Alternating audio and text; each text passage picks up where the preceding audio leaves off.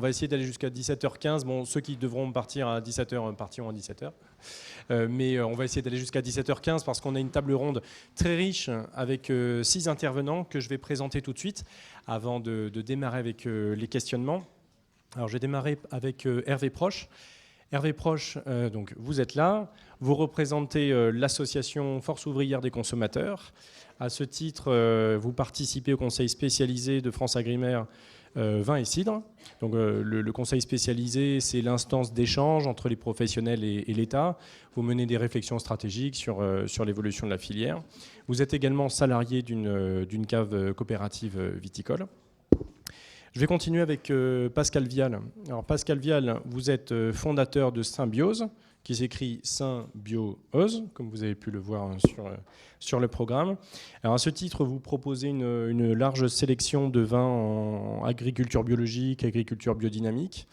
Vous distribuez assez largement, j'ai regardé un petit peu sur votre site, du Pays Basque jusqu'à la Bretagne. Et puis vous avez un parcours ancien dans la vigne, vous avez été ouvrier viticole, et c'est sans doute là que vous avez commencé à être sensibilisé à la question des produits chimiques et à d'autres façons de faire du vin.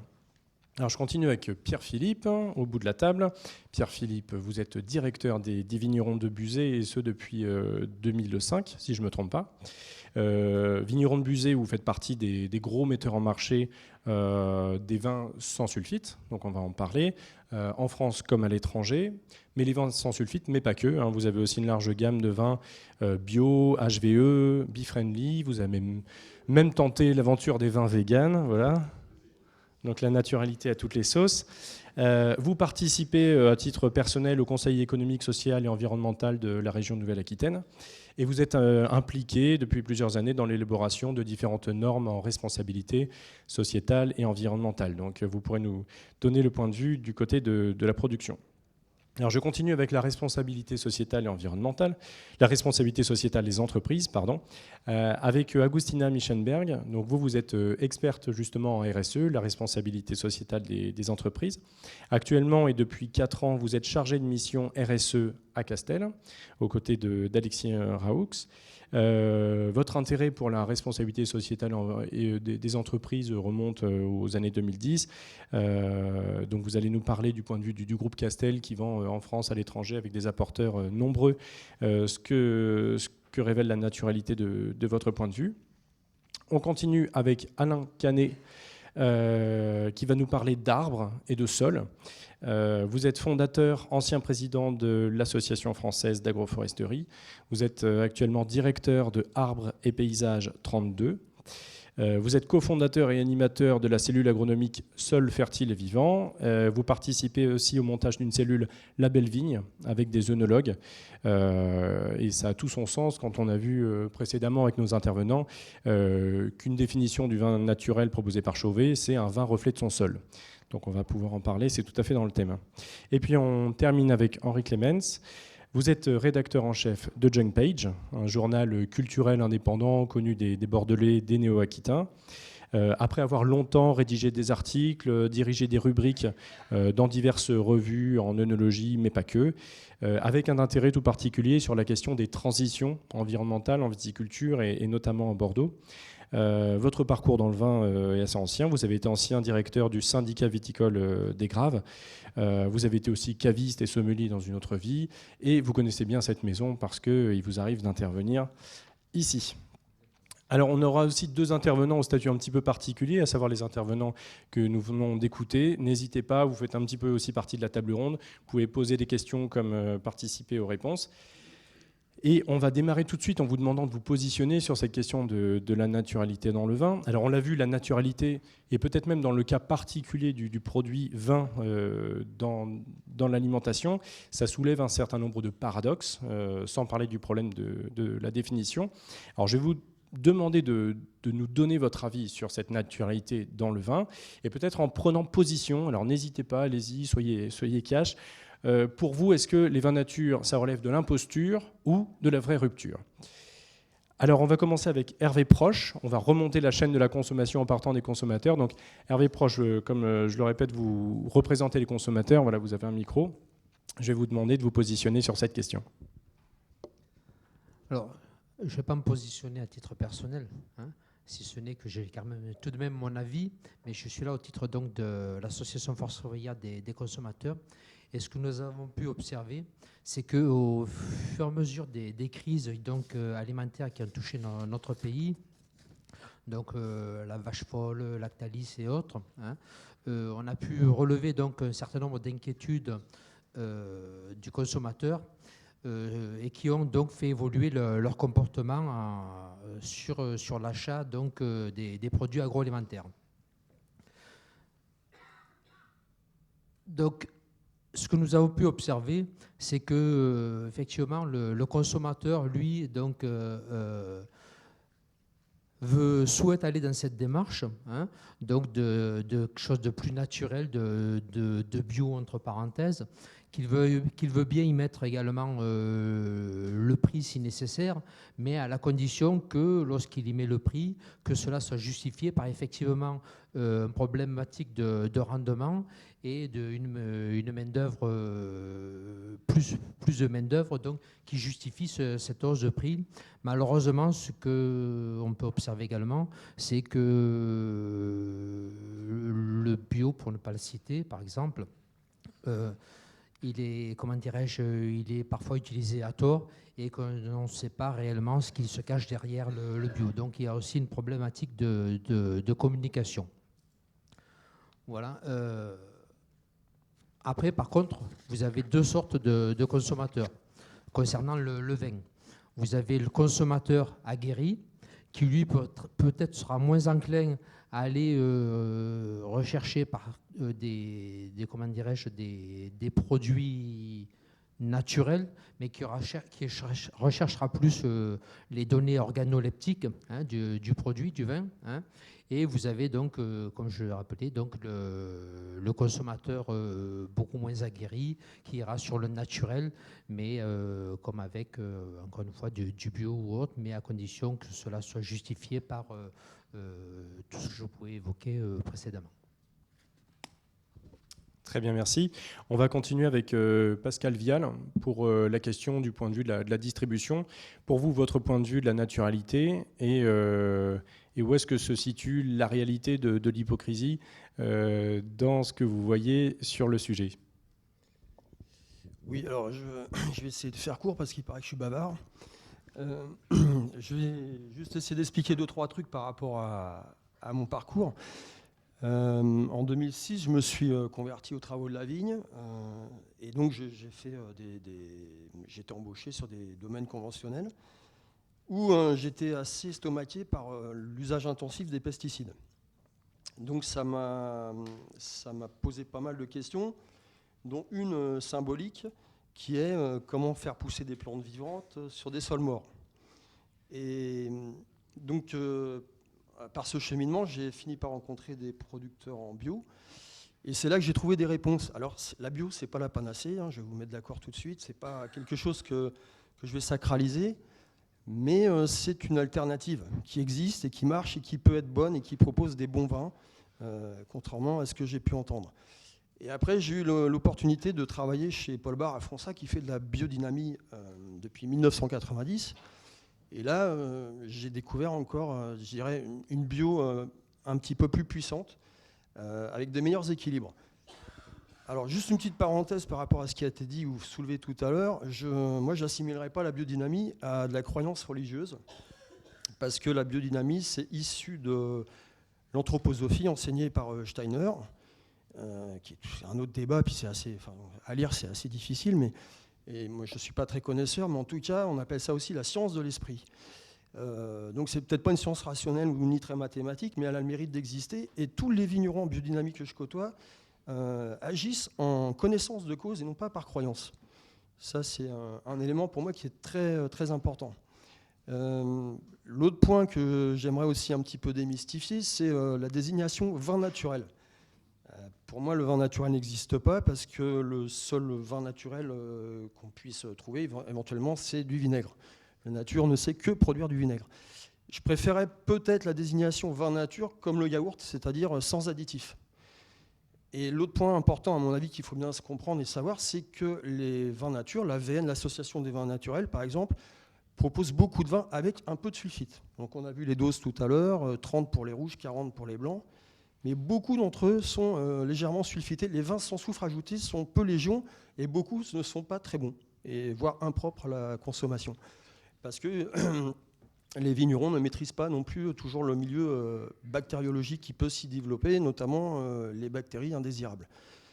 Donc, pour moi, l'hypocrisie, elle peut résider en fait dans le vin naturel, qui n'est pas toujours propre à la consommation, comme de vouloir faire passer des vins chargés de chimie, comme des vins dans la culture occidentale, on a l'idée que c'est un produit bon pour la santé. Or, des analyses qui ont été faites à partir de 2008 montrent que les résidus de pesticides dans les vins chimiques sont à des doses jusqu'à 5000 fois supérieures au seuil autorisé pour l'eau potable du robinet. Et ça, c'est quelque chose qu'on connaît peu, qui n'est pas mis en avant et dont le vin n'est absolument pas réglementé. Donc, moi, tout ça mis bout à bout, je ne cherche pas à changer le monde, à tout ça, mais j'essaye, en conscience, d'appréhender certains éléments et de tracer ma voie. Donc, en sortant des vignes, j'ai décidé de proposer des vins bio et biodynamiques, parce que, à minima, l'agriculture biologique, c'est émancipé de la chimie de synthèse. Et pour moi, c'est la cible. Ce n'est pas les producteurs, c'est l'industrie pétrochimique. Parce qu'on parlait de chimie tout à l'heure, moi, j'ai rien contre la chimie, on en fait tout le temps, H2O, l'eau, c'est de la chimie, on est d'accord. Mais la chimie de synthèse, c'est à mon avis autre chose. C'est un dévoiement de la technologie, parce que ce sont des technologies issues de la Première Guerre mondiale, il faut le savoir aussi. Et moi, je dirais presque d'un point de vue moral, sachant qu'on utilise des pesticides qui sont issus du gaz moutarde, de ces technologies-là, j'ai un petit peu de mal à les proposer à mes congénères et à les absorber encore moins. Donc, je propose des vins qui sont issus de l'agriculture biologique, voire biodynamique, et certains qu'on appelle nature. Pour moi, le vin nature, il est représenté essentiellement par la filière biodynamique, parce que si on regarde les chartes, là, tout ce qu'on a vu, tout ce méli-mélo de labels, de chartes et tout ça, on s'aperçoit, en tout cas pour les domaines que je propose, que les vins biodynamiques réunissent tous ces critères. Levure indigène, pas d'intrants, pas d'enzymes, pas d'acidification, pas de chaptalisation.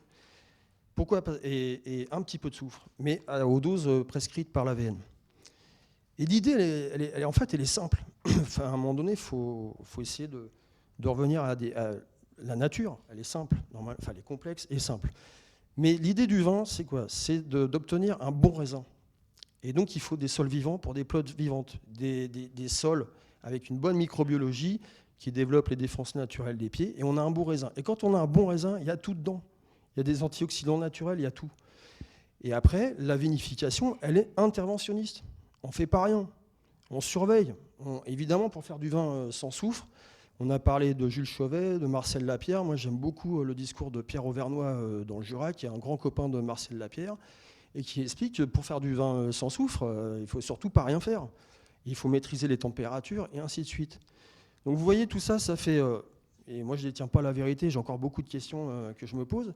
Mais tout ça, mis bout à bout, fait que c'est difficile d'avoir une position tranchée sur, en effet, le vin naturel, c'est la panacée, quoi. Moi, je ne suis pas d'accord avec ça. Je ne suis pas d'accord non plus avec les pratiques intensives de la chimie, pour des tas de raisons que j'ai un petit peu évoquées. Mais je répète encore une fois, je ne jette pas la pierre aux producteurs. Ils sont victimes, pour moi, d'un système et surtout d'un enseignement. On leur a appris à faire comme ça, ils ne savent pas faire autrement. D'où l'idée d'alternative. Et c'est ça qui est important dans notre société, c'est d'avoir l'idée d'alternative. Or, on ne l'a plus. On nous dit, vous avez un ministre qui se promène à la tribune et qui vous explique qu'on va faire comme ça et pas autrement. On est là-dedans. C'est la dominante idéologique. Et pour moi, pour rester libre, parce que c'est aussi l'idée de la biodynamie, c'est d'être confronté, enfin de rencontrer des paysans. Des paysans, ce sont des gens qui habitent et qui vivent sur leur pays et qui ont une idée de leur pays. Et je préfère, plutôt que d'appeler un vin nature ou je ne sais quoi, appeler ça, moi, l'expression d'un lieu. Parce que l'expression d'un lieu, c'est en même temps le terroir, le cépage adapté à ce terroir et la vision du vigneron de ce cépage ou de ces vignes sur cet endroit-là, qui ne sera pas la même qu'un autre vigneron au même endroit. Je vais arrêter là. Ah ben, vous êtes applaudi. Bon, alors, on le voit pour vous, effectivement, la frontière, en tout cas, vous la situeriez peut-être du côté de la biodynamie. On pourra revenir peut-être sur ce que les consommateurs comprennent de tout ça, finalement, et du schéma qu'on avait tout à l'heure. Mais on va passer du côté de la production de quelqu'un qui s'est lancé dans le pari un peu fou de faire des vins sans sulfite. Et je vais demander à Pierre ce qu'il en pense, finalement. De cette question et peut-être de pourquoi s'être lancé là-dedans quand on a déjà une large gamme de vins qui jouent sur la fibre environnementale.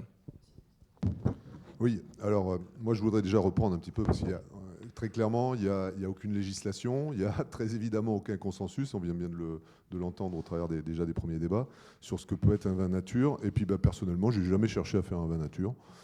Je ne cherche pas à faire un truc que je ne sais pas ce que c'est.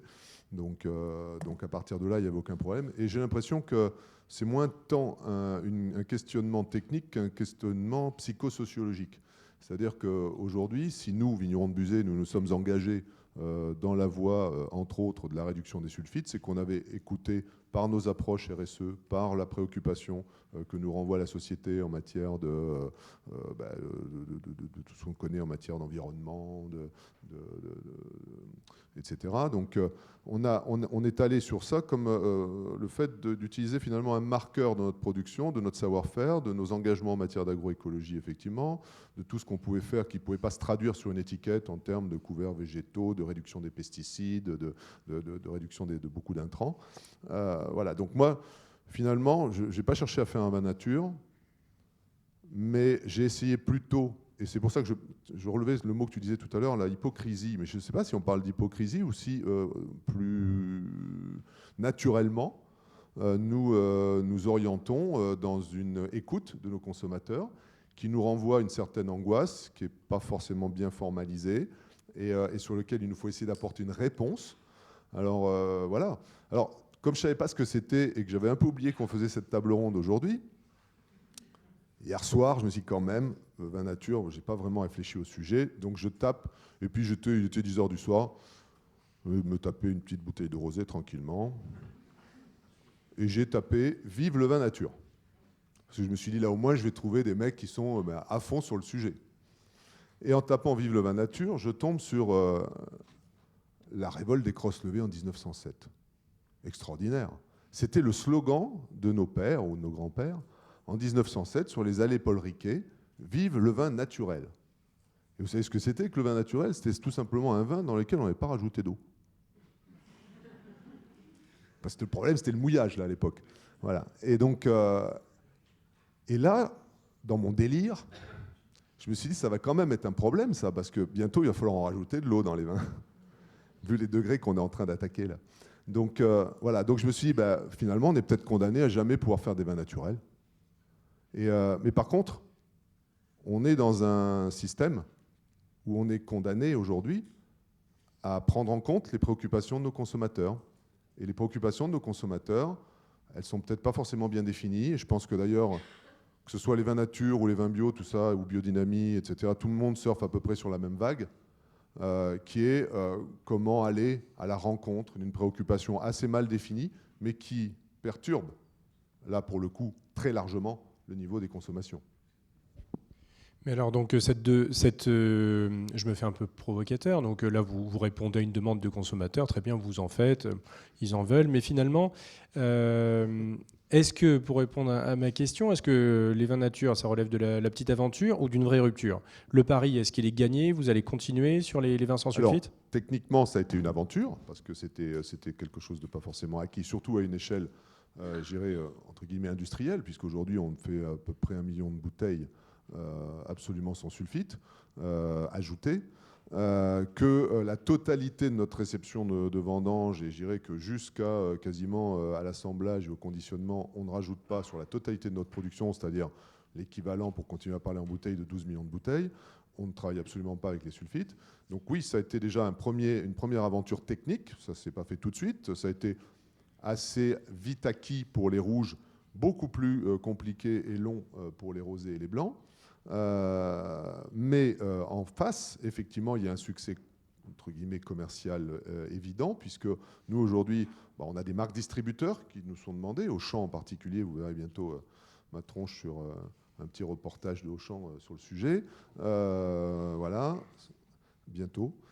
Et donc, ça, c'est une chose, mais c'est aussi un développement sur les monopoles du Nord, donc il y a du Canada, etc., d'Europe du Nord. Donc, il y a véritablement une demande marché sur ces profils produits-là, parce que, de façon, c'est pas forcément très rationnel, hein, parce que, mais de toute façon, on vend du vin, donc il y a aussi une part d'émotionnel dans notre proposition. On a en face des gens qui ont une vraie attente par rapport à ça. Alors, ça peut être monsieur ou madame qui est absolument convaincu que le soufre lui donne mal à la tête et donc il est allergique violemment, mais plus généralement aussi, ou alors des gens dans une certaine frange de population qui vont se dire, bah là, moins il y a d'intrants, plus c'est pur, plus, donc voilà, c'est bon. Merci Pierre. On va continuer avec Agustina Mischenberg et on va essayer de voir avec vous comment vous analysez cette demande des consommateurs en matière de naturalité, comment vous y répondez, est-ce que vous laissez passer, est-ce qu'au contraire vous vous engagez là-dessus? Castel, juste pour info, il y a les côtés producteurs et les côtés négociants avec 7 établissements de conditionnement, mais il y a aussi les côtés le métier des vignerons avec 19 châteaux et aussi l'activité des cavistes avec les réseaux Nicolas. Donc on englobe les 3 activités. Ça nous permet d'avoir une visibilité du vigneron au consommateur. Et de tout ce que j'entends aujourd'hui, en fait, comme tout le monde a évoqué aujourd'hui, il n'y a pas un consensus sur la notion de naturalité. La naturalité aujourd'hui va répondre aux besoins des consommateurs, à l'intérêt, à la curiosité de connaître les ingrédients des produits. On le voit bien avec aussi toutes les applications qui commencent à sortir, Youk, etc. Tout le monde a déjà vu quelqu'un en train de scanner dans les rayons, un produit sur leur téléphone portable. Pourquoi? Parce qu'ils souhaitent connaître les ingrédients. Mais pas que ça, aussi ils souhaitent connaître les modes de production. Donc je pense qu'on ne peut pas parler de naturalité en prenant seulement en compte les ingrédients qui composent un produit, additifs, pas additifs, soufre, sans soufre. Il faut aussi prendre en compte les modes de production. C'est pour ça qu'il y a une prolifération des démarches, des produits issus des démarches durables. On voit HVE, agriculture biologique, Terra Habitat, etc. Et moi, c'est que je vois en fait que tout ce qui est l'objectif aujourd'hui de l'AGD, l'objectif au niveau de la filière, parce qu'il y a les plans de la filière vin, qui promeut pas seulement l'agriculture biologique, mais par exemple aussi HVE. Donc cet objectif de réduire les interventions, de réduire l'utilisation des produits phyto, vont faire partie en fait des certifications qui vont prendre en compte aussi des autres sujets plutôt des démarches durables qui prennent en compte les 3 piliers du développement durable. Donc pour Castel aujourd'hui, on a choisi d'aller vers des certifications. Pourquoi? Parce qu'il y a les problèmes de la transparence. Pour assurer aussi les consommateurs, il faut montrer une preuve. Et pour nous, les moyens pour créer la confiance, c'est forcément les certifications. Et on est allé, il y a 90% des châteaux Castel qui sont certifiés, par exemple, Terra Habitat. On a aussi un château certifié bio, il y a 4 châteaux certifiés HVE. Donc pour le moment, on continue à promouvoir ce type de certification qui aussi prennent en compte de plus en plus des exigences qui concernent la réduction des produits phyto. Très bien, merci beaucoup. Alain Canet, on passe à vous. Je m'adresse à l'agronome, à l'agroforestier. Comment vous regardez la naturalité, justement, rupture ou imposture par rapport à la question de fond que vous portez, à savoir l'agronomie, les sols? Déjà, je la goûte. La naturalité, je la goûte au quotidien. Comme ça, je peux avoir un avis. Et j'ai du plaisir ou j'en ai pas. Sur la centaine goûtées dans l'année, j'en ai 50 excellents et 50 exécrables. Donc déjà, je la goûte. Mais mon métier de formateur m'amène à rencontrer beaucoup de monde et d'avoir dans des salles des bio, des pas bio, des biodynamistes, des natures, sauf qu'ils ont tous un problème. Ils ont tous un problème. Le problème qu'ils ont, et c'est le signal, si on est là aujourd'hui, c'est qu'à mon avis, il y a un signal fort. Le signal, c'est la vigne est une liane qui a coévolué avec les arbres et qui ne peut vivre qu'avec d'autres plantes compagnes. La monoculture de la vigne, ça ne marchera pas. Ça a eu payé, mais on n'est pas sûr que ça puisse durer. Aujourd'hui, on n'a pas beaucoup de biodiversité. On a dans 96% des sols qui perdent de la matière organique. On a des fuites d'eau. On a une agriculture et une viticulture de réparation où on met des produits, des substances et on intervient. Donc on fait contre nature. Je serais tenté de dire qu'en bio comme en conventionnel, on lutte contre les herbes depuis fort longtemps et on n'a toujours pas gagné cette lutte. Si on prend eau, sol, biodiversité, climat, productivité, éventuellement paysage, dans ces déserts viticoles, on n'y arrive pas. Donc il y a un vrai sujet de société. C'est d'autant plus un sujet de société qu'on a aujourd'hui, jusqu'à preuve du contraire, encore 15 facteurs de niveau 1 sur les maladies, sur les attaques, sur les ravageurs, sur la baisse de rendement et sur les chocs climatiques que l'on voit aujourd'hui. Donc, moi, ce qui m'intéresse dans ce métier-là, c'est de voir comment cette alerte, on la traduit et on y répond. Je crois que tu as cité le mot de l'agroécologie, par des pratiques dites agroécologiques qui sont super bien étayées et calibrées. On a parlé tout à l'heure de sol vivant. Ça se mesure. Ça se mesure précisément et on a mis tous nos systèmes viticoles sous indicateur de résultats. Qu'est-ce qui se passe? Où est-ce qu'on en est? Qu'est-ce qu'on a comme problème? Est-ce qu'on a des champs mycorhiziens actifs? Est-ce qu'on a de la biologie dans le sol? Est-ce qu'il est protégé? Est-ce qu'il est couvert? Puisque jusqu'à preuve du contraire, une plante en bonne santé, c'est une plante dans un sol vivant et dans un écosystème diversifié. Ça veut dire, oui, des arbres autour, ça veut dire parfois des arbres à l'intérieur, des couverts végétaux dynamiques, pour qu'on garde la biologie du sol active 365 jours par an. En viticulture, on a 120 jours de sol nu par an. Donc 120 jours où la machine, elle s'arrête. On peut mettre un cheval, mais ça ne fait pas de la biologie dans le sol. Moi, j'ai fait de la traction animale quand j'étais jeune. Mes parents ont commencé la bio en 69, mais on a bousillé des sols comme tout le monde.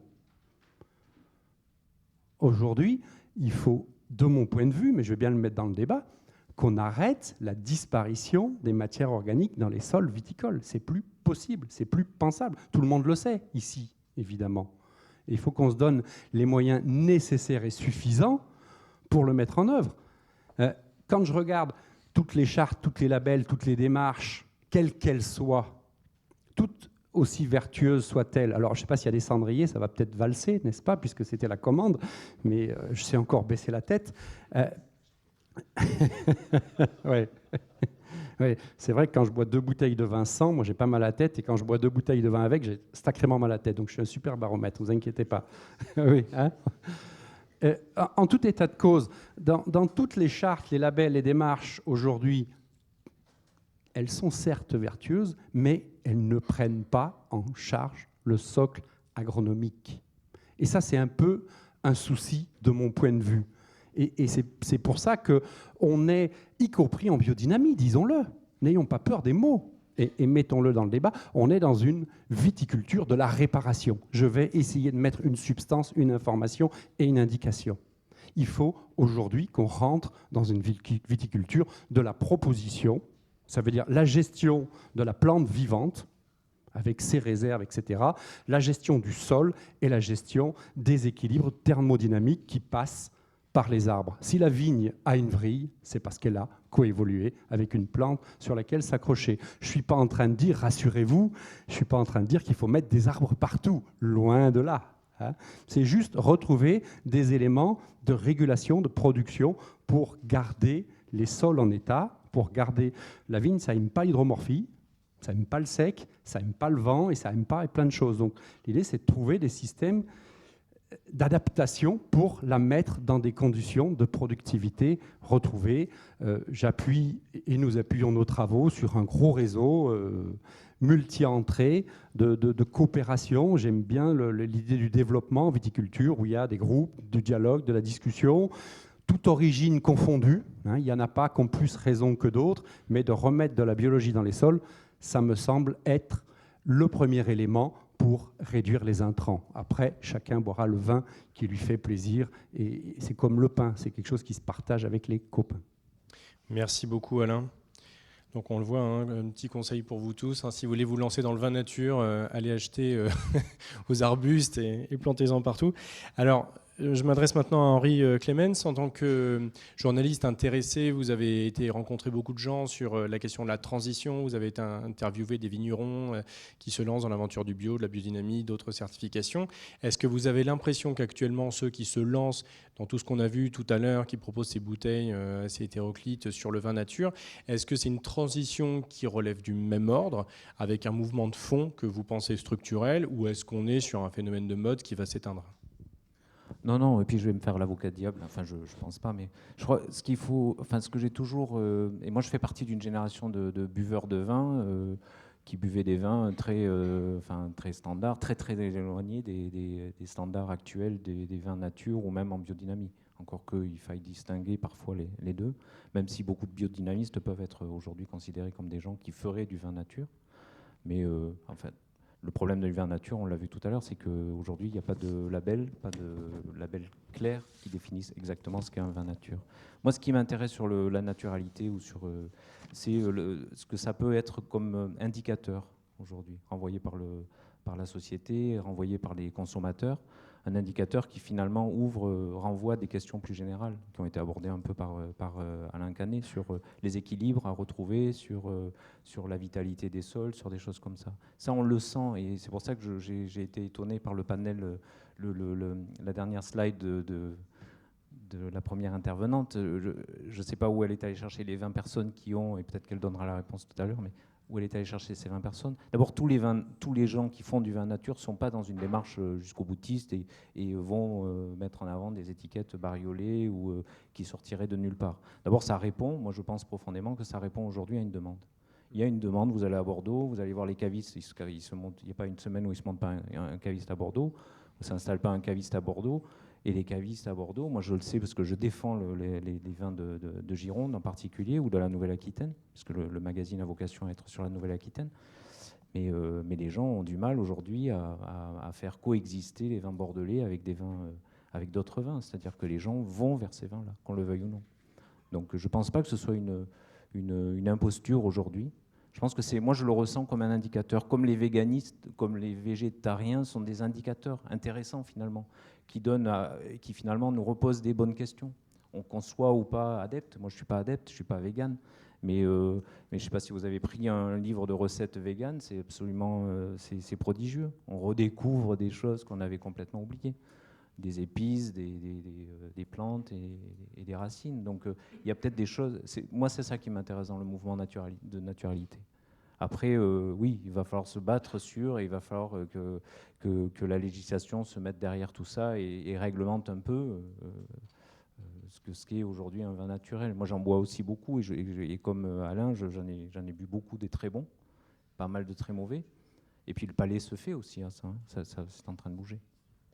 Ok, donc de votre point de vue, une demande qui est bien là, qui n'est pas prête de s'effacer. Ah non, il me semble qu'il y a une vraie demande de fond aujourd'hui. Oui. D'accord. Alors peut-être une deuxième question pour refaire passer le micro sur la table ronde. Alors je pense que si on est réunis ici autour de cette question de la naturalité, c'est peut-être aussi parce qu'il y a quelque chose qui nous gêne dans cette question. Tout à l'heure, on parlait du vin naturel, le vin rebelle. Il gêne, il coince, peut-être même il menace. Si on compare peut-être la circonspection qu'amène son arrivée sur les marchés aujourd'hui, le vin naturel, à peut-être l'arrivée des vins bio il y a quelques dizaines d'années, peut-être qu'aujourd'hui, il est devenu la menace même pour les vins bio. Alors, qui est vraiment menacé par l'arrivée des vins naturels ? Est-ce que c'est les vins bio, les vins environnementaux ? Ou alors est-ce que c'est plutôt, on l'a vu tout à l'heure, c'était Patrick Baudouin qui disait que le vin naturel est une attaque de la typicité. Donc finalement, est-ce qu'il menace la typicité et peut-être les AOC ? Pour reprendre une expression journalistique que je vous dois, est-ce que le vin naturel fait une AOP une OPA sur les AOP, hein, c'est la question qu'on peut se poser. Alors je vais vous demander cette question, je vais vous poser cette question, qui est vraiment menacé aujourd'hui par le vin naturel ? Et là, je vous laisse prendre le micro dans l'ordre que vous souhaitez.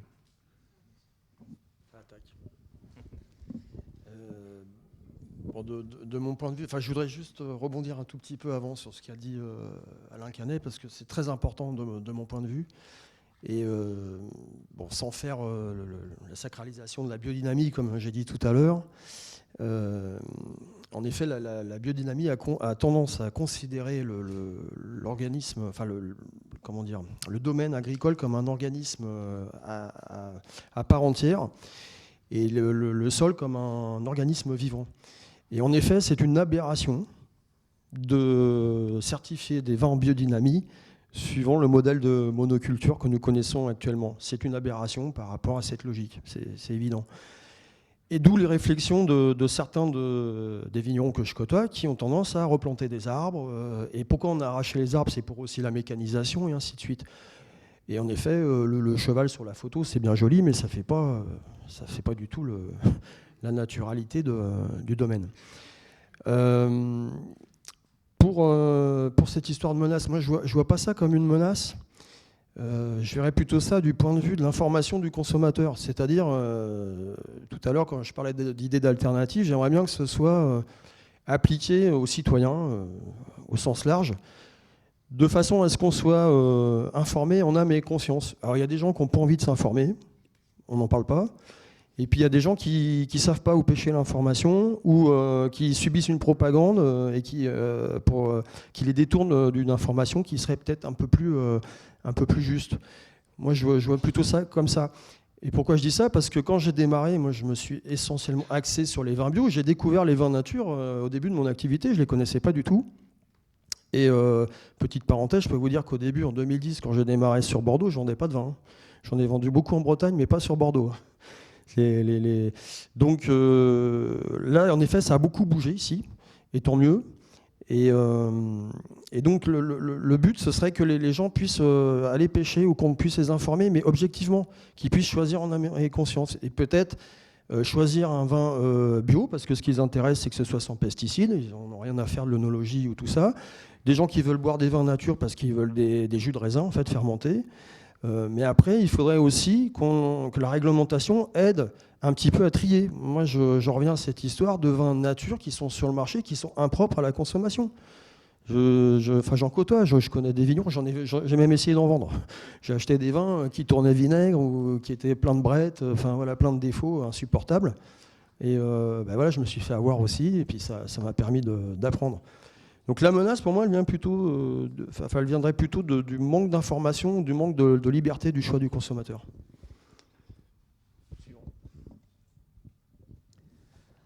Alors effectivement, c'est un sujet qui est très complexe, qui n'est pas encadré, hein, comme on a pu en débattre à diverses reprises. D'une manière générale, effectivement, je pense que ce n'est pas un effet de mode, mais bien le consommateur est en recherche de quelque chose de plus vrai, plus près de la nature, avec moins de produits rajoutés, hein, retourner à des valeurs plus saines, entre parenthèses. Mais après, de là à mettre en concurrence un système plutôt qu'un autre, je pense que c'est plus quelque chose qui va se diriger vers autre chose.